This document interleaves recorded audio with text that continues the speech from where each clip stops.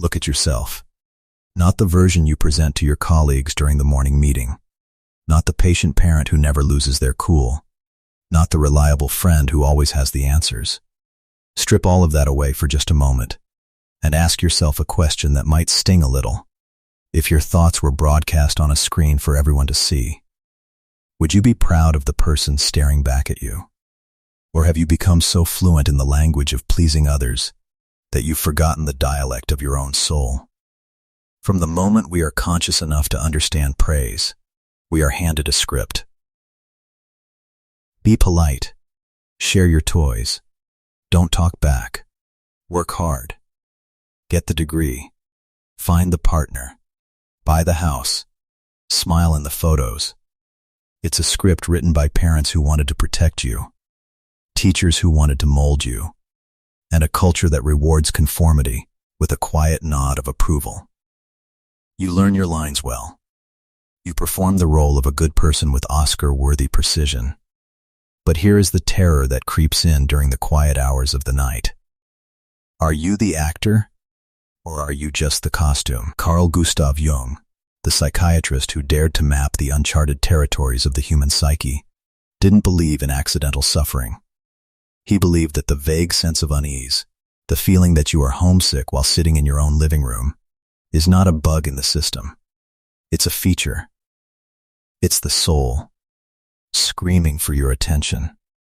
He stated, "The privilege of a lifetime is to become who you truly are." Notice he didn't say it was easy. He called it a privilege. Because to earn that privilege, you have to walk away from the standing ovation of the crowd and listen to the silence of your own heartbeat. It means disappointing people. It means being misunderstood. It means standing alone in a field of shoulds and declaring, "I am." This isn't rebellion for the sake of looking edgy. This is survival. Choosing yourself is the quiet, nuclear-powered decision that says, "I will no longer trade my existence for acceptance. I will no longer shrink myself to fit into the cramped boxes other people have built for me." And that decision, that one shift in your internal architecture, is where the real journey begins. Section 1. The Invisible Architect. We like to believe that losing ourselves is a dramatic event. We imagine a villain, a trauma, a single catastrophic moment where the compass breaks. But that's not how it happens. It happens in the 1,000 tiny compromises you don't even register. It's laughing at a joke you don't find funny to fit in. It's staying late at a job you hate because it looks good on paper. It's staying in a relationship that drains you because leaving would cause a scene. Society doesn't need to force you into a mold. It's far more efficient than that. It simply sets up the reward system. It smiles upon the agreeable student. It promotes the team player who never rocks the boat.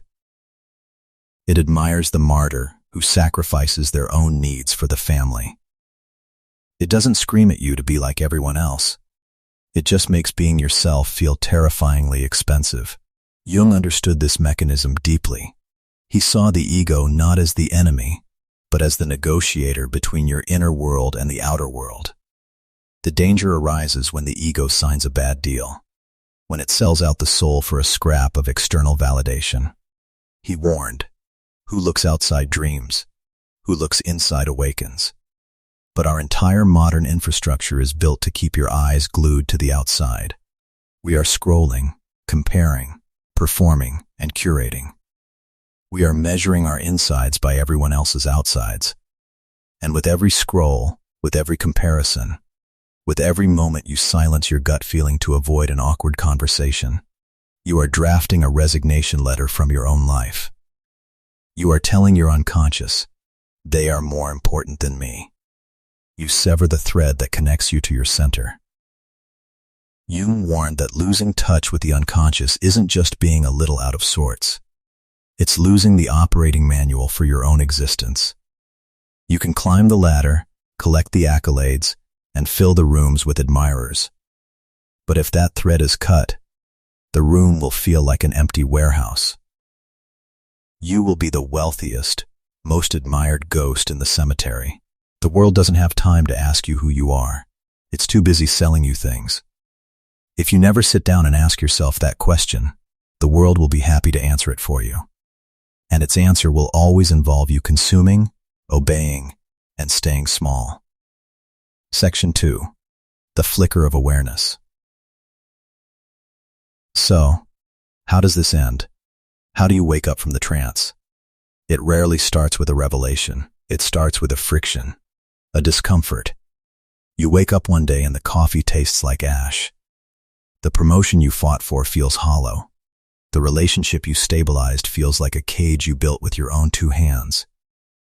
You feel tired, restless, and inexplicably sad.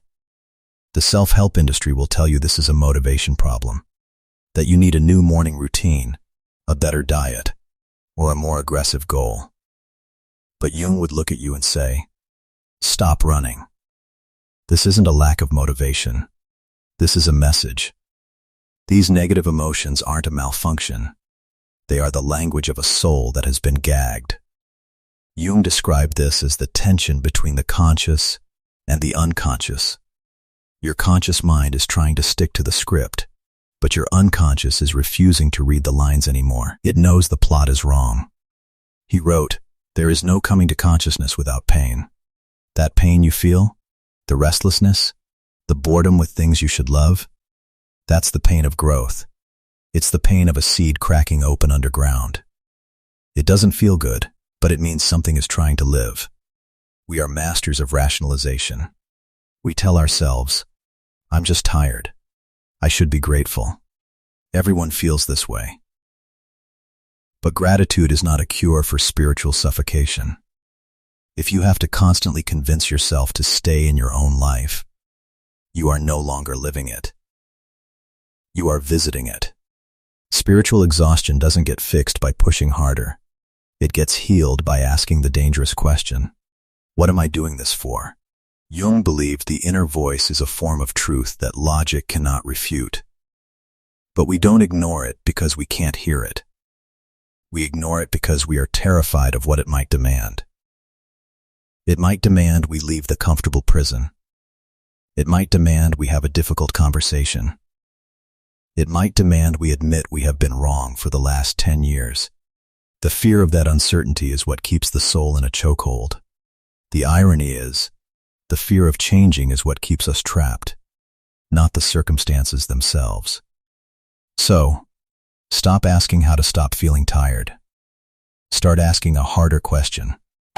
Did my last major decision come from a place of deep truth, or from a place of fear? If the answer makes your stomach drop, don't look away. That drop is not failure. That's the feeling of coming back to life. Section 3. The misunderstood act of treason.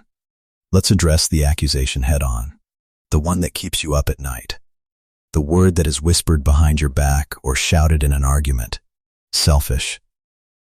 Choosing yourself in a world that worships self-sacrifice is treated like an act of treason. If you set a boundary, you are cold. If you say no, you are difficult. If you pursue a passion that doesn't generate a stable paycheck, you are irresponsible. We have been conditioned to believe that our value is directly proportional to how much of ourselves we give away. Jung was not an advocate for narcissism. He wasn't telling you to abandon your children or refuse to help a friend in need. But he drew a razor-sharp line between selflessness and self-abandonment. He said, "The most terrifying thing is to accept oneself completely." Why is it terrifying? Because accepting yourself completely means you have to stop performing. You have to show the world the whole, messy, contradictory, brilliant human being that you are, and risk them rejecting it. Choosing yourself is an act of profound love, not avoidance. It is the realization that if you are pouring from an empty cup, you are not giving anyone anything but the dregs of your exhaustion. You are giving them fatigue, resentment, and a watered-down version of a person who could have been extraordinary. Choosing yourself is stopping the habit of emotional bankruptcy. It's restoring the order. I am the source. From my fullness, I can truly nourish the connections that matter. It is the difference between giving because you feel you have to, and giving because you are so full that generosity is the natural overflow. And here is the strange, almost magical part of the equation. When you start operating from that place of alignment, the external world starts to reorganize itself around you. Not because people suddenly throw you a parade, but because you stop being magnetically drawn to things that drain you. The friendships that were based on you being a therapist or a doormat dissolve. They don't end in a fight, they just fade, because the frequency has changed. The opportunities that come your way start to match your new resonance. Jung called this phenomenon synchronicity, meaningful coincidences that occur when you are in tune with your true self. It's not magic, it's physics. When you stop forcing a square peg into a round hole, you find yourself in a room full of square holes. Choosing yourself is the first domino. When it falls, everything else begins to fall into place, or fall away. Section 4. Meeting the monster in the basement. We have a problem. We've been talking about the true self like it's made of light and rainbows. But here is the hard truth that Jung forces us to confront. You are not just light, and if you try to be only light, you will be shattered by the dark. We all have a basement. In that basement we throw the things we don't want to see. The rage we felt as a child, but were told to suppress.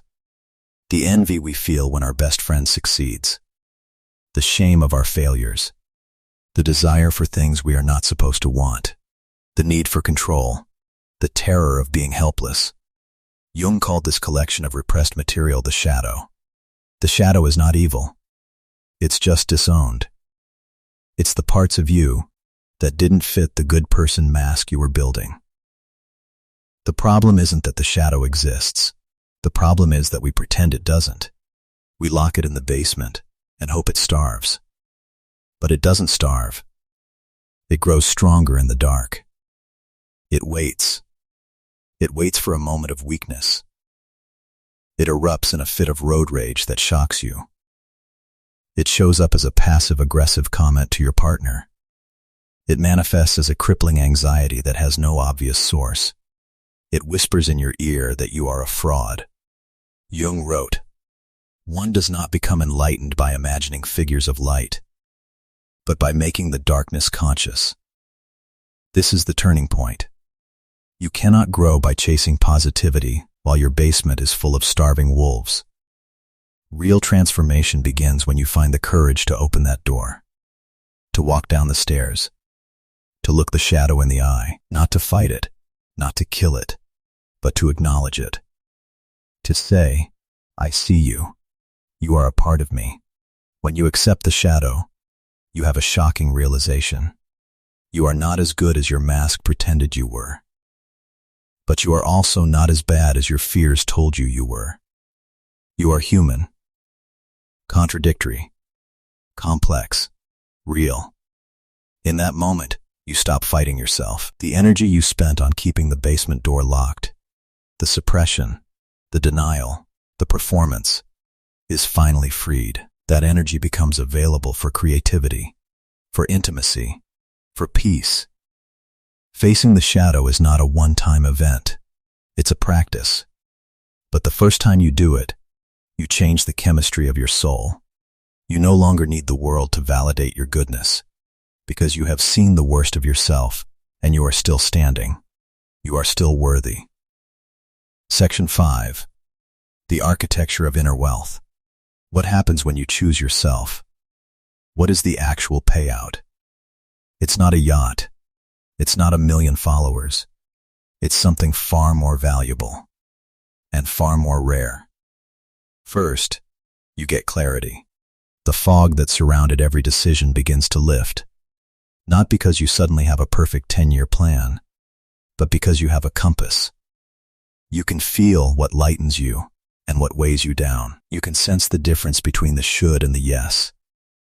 Decisions that used to tie you in knots become simple.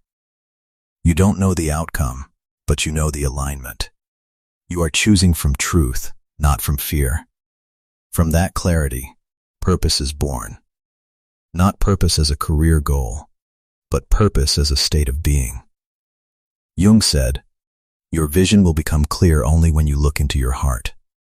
Who looks outside dreams? Who looks inside awakens. People spend decades searching for the meaning of life.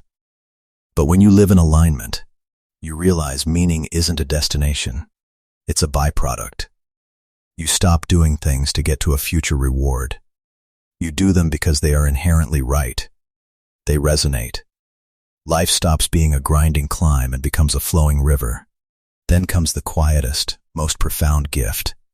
Inner peace.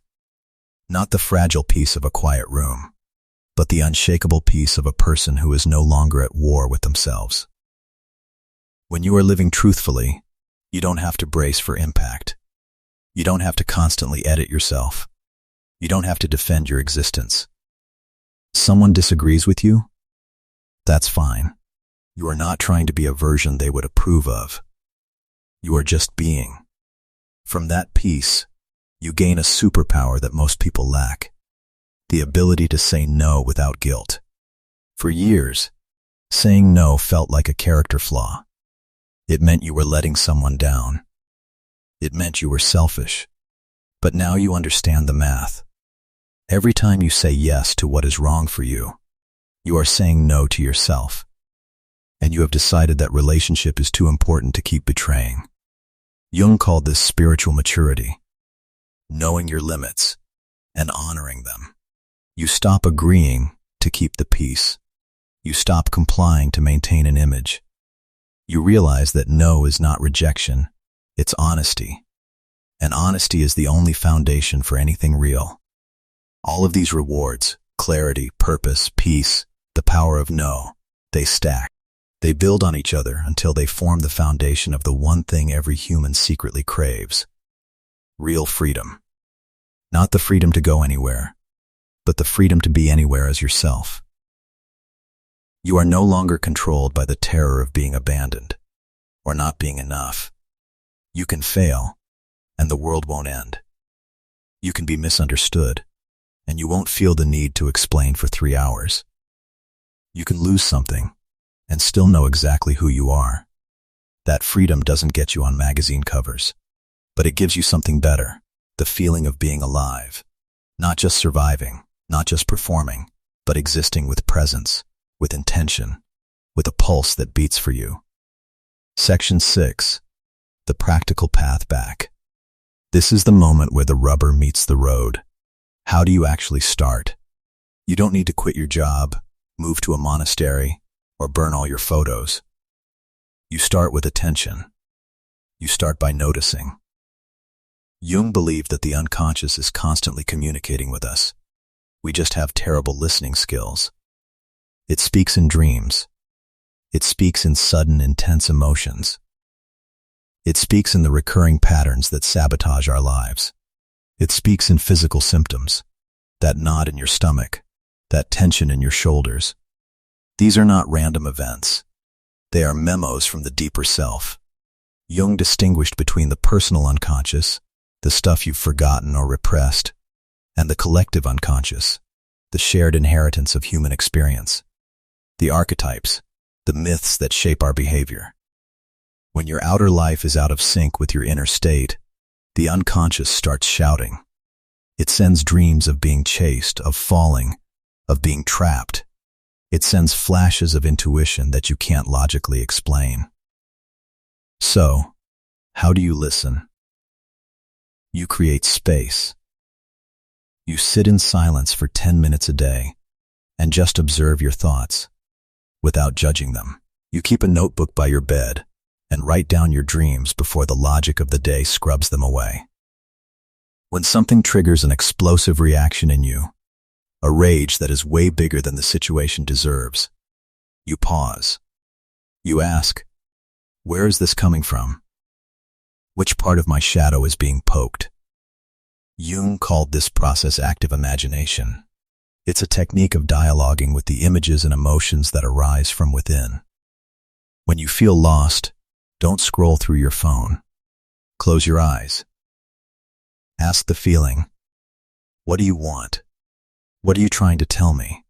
You don't need an answer immediately. Just the act of asking, of turning inward. is the first step. Jung gave us a warning that should be engraved on every phone screen. Until you make the unconscious conscious, it will direct your life, and you will call it fate. This is the trap. If you don't look inside, you will be pushed around by forces you don't understand. You will marry the wrong person, take the wrong job, and sabotage your own happiness. And you will blame the universe. But it wasn't the universe. It was your own disowned self, running the show from the basement. To begin, you don't need answers. You just need honesty. Honesty about the anger you've been swallowing. Honesty about the dreams you've buried. Honesty about the parts of yourself you've labeled as weak. That honesty is the key that turns the lock. It opens the door to a deeper connection with who you are. And when you walk through that door, you realize you never really lost yourself. You were just waiting in the dark for someone to be brave enough to come find you. Section 7. The necessary loneliness. No one warns you about the loneliness. The self-help gurus sell you a vision of authenticity, where everyone loves the real you. But the reality is often the opposite. When you start saying no, when you stop laughing at jokes that aren't funny, when you stop showing up to events that drain your soul, the phone stops ringing.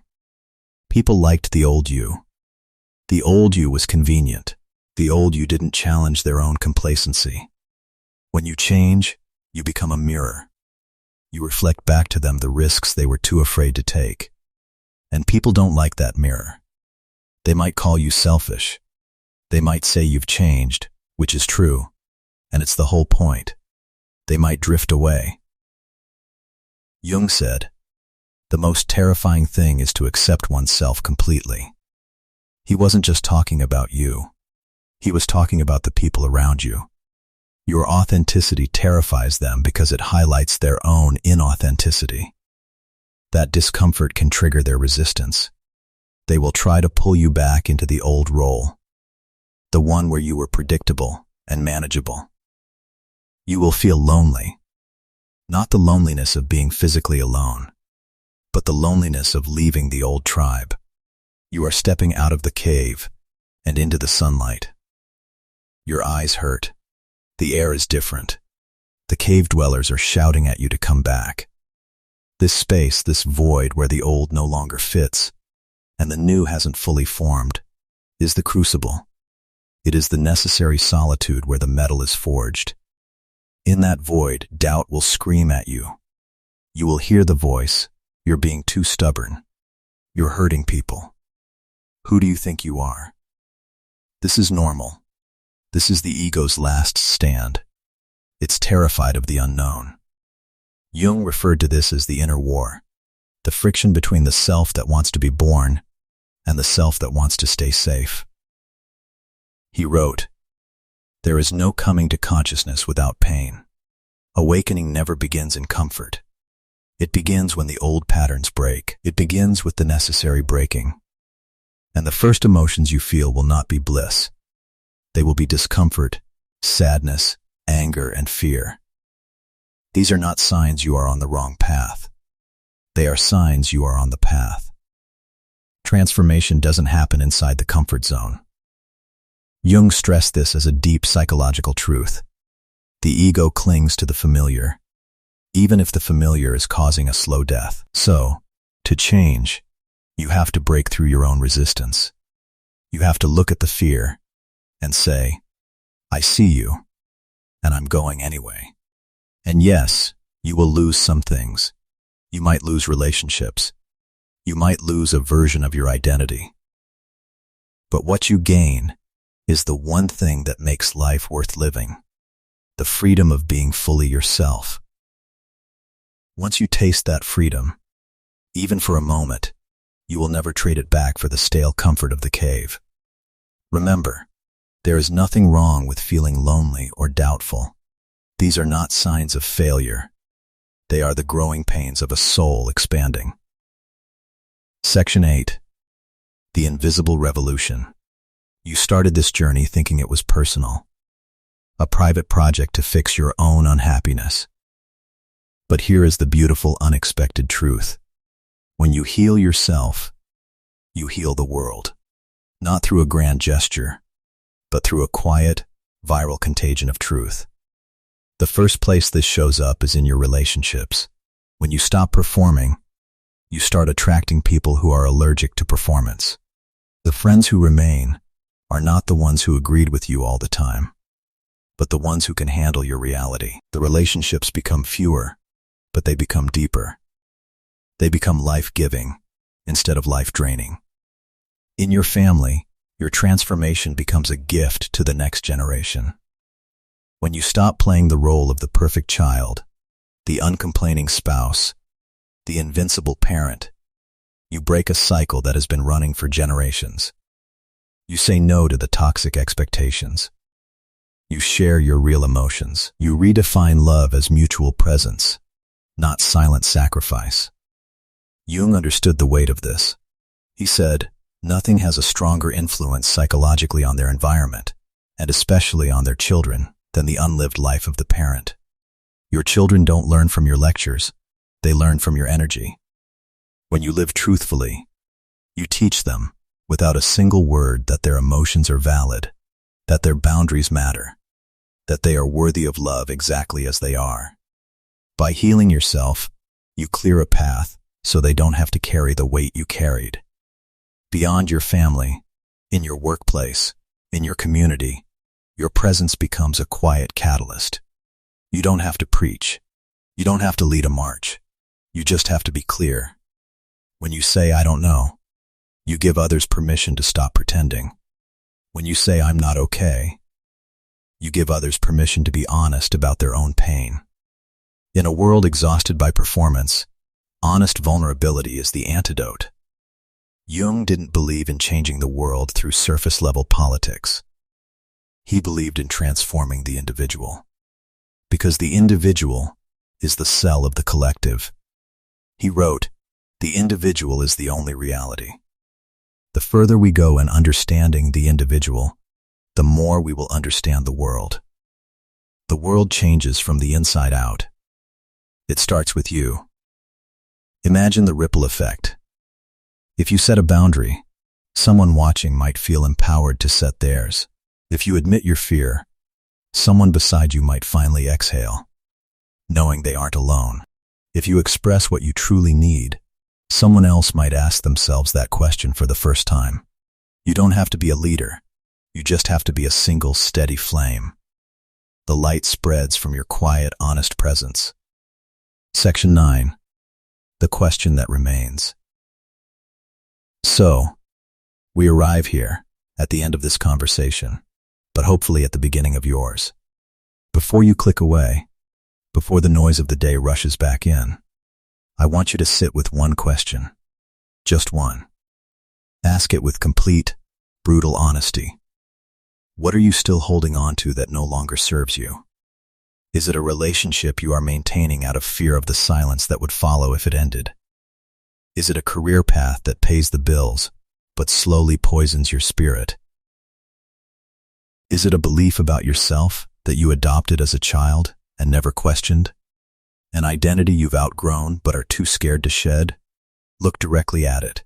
Don't look away. Ask it. Do you still nourish me, or am I just preserving a museum exhibit of who I used to be? Jung said, we cannot change anything until we accept it. Condemnation does not liberate, it oppresses. You don't have to hate the past. You don't have to burn the things that once helped you survive. But you have to be honest about whether they still fit. The time has come to be brutally honest. What are you sustaining? And does it still feel true? Choosing yourself is not a one-time declaration. It is a daily act. It is a million small decisions. It's listening to your exhaustion instead of pushing through. It's speaking your mind even though your voice shakes. It's saying no even though it might disappoint someone you love. It's daring to pause, to walk away, to begin again, even when no one is cheering. You don't need to do it all today.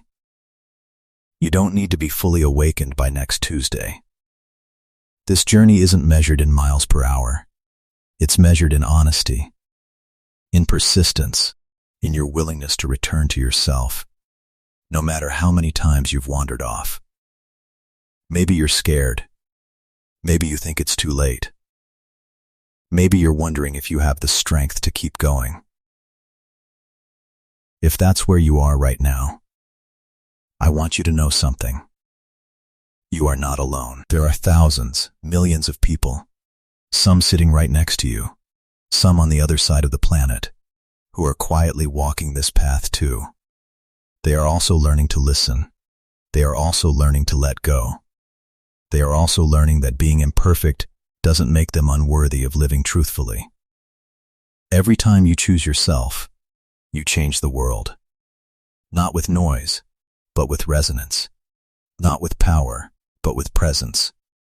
Not with grand gestures, but with a life truly lived. Without hiding, without pretending, without betraying your soul. If you have been waiting for a sign to begin, to keep going, or to come home, this is it. If this message resonated with something deep inside you, leave a comment below. Write, I am ready to choose myself. Not for me, not for anyone else, but for you. As a declaration. As a commitment. And if you know someone who needs this reminder, a friend who seems lost, a family member trapped in their own performance, share this video with them. Because of you, they might just find their way back to themselves.